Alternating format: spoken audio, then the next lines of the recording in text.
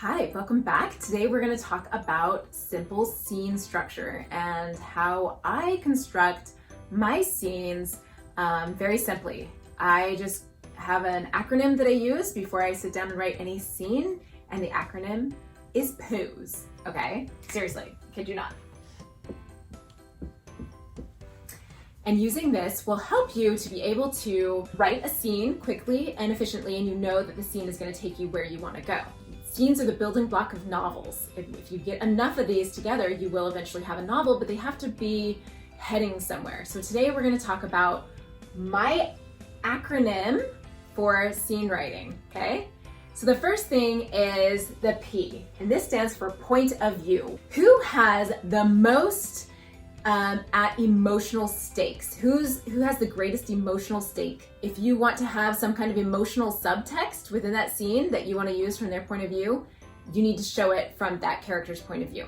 For example, if you have a girl and a guy and he knows the reason why he's not in a relationship, but he maybe doesn't want to tell her and she's badgering him with questions, then you can have some of those subtext or the responses that are not written in the dialogue told from his point of view without letting the other character know. And that way we can be privy to his thoughts with and understand his conflict without exposing that to the other point of view character. The next one, I love these 3 O's because this is going to be the heart of your scene construction.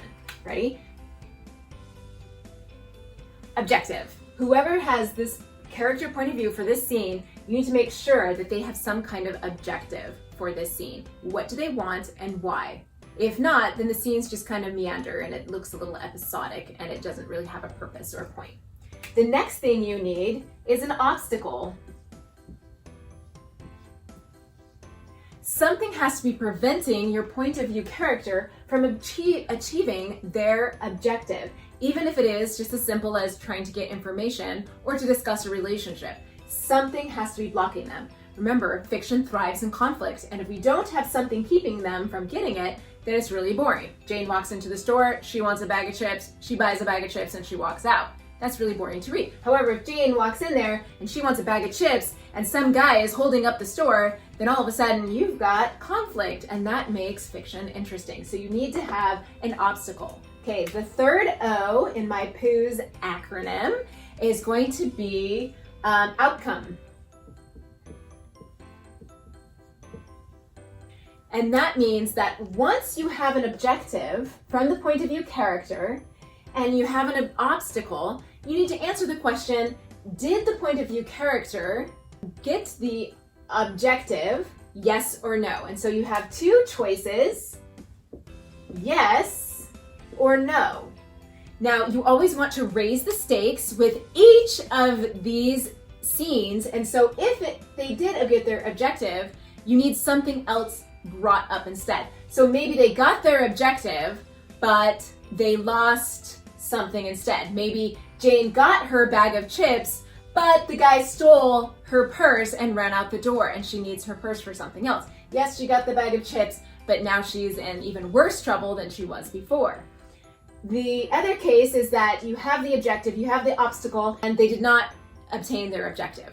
So therefore, things get worse from here on out.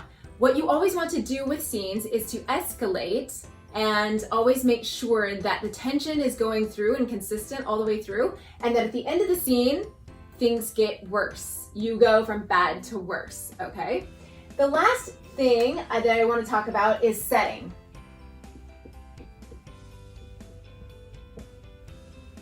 Setting is important and is almost as important as a character. The setting should always be something that is important to the scene. It can't just be an afterthought, even though I have it as the last one. It should be really taken into consideration when you are thinking about where you want to set this scene. For example, if you want to have a boy and a girl talk about their relationship, they could be sitting on a park bench talking about their relationship, or they could also be talking about their relationship in the middle of a electrical storm with the power out, and they have to climb outside and put the electricity back together or whatever. I don't know what that would be.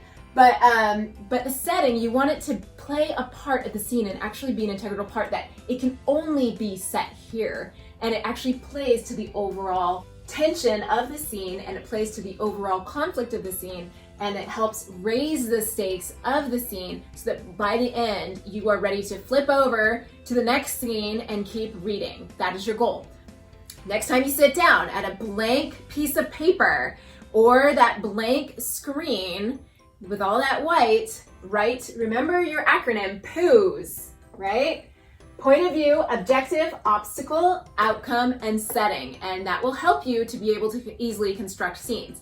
Now, I have more advanced techniques of how to construct scenes that I'll discuss in another video for those writers who want to take it to the next level after you've mastered this. I have more tips of how to keep the tension throughout the scenes going so that you can really create that page turner that people can't put down. And that's my goal.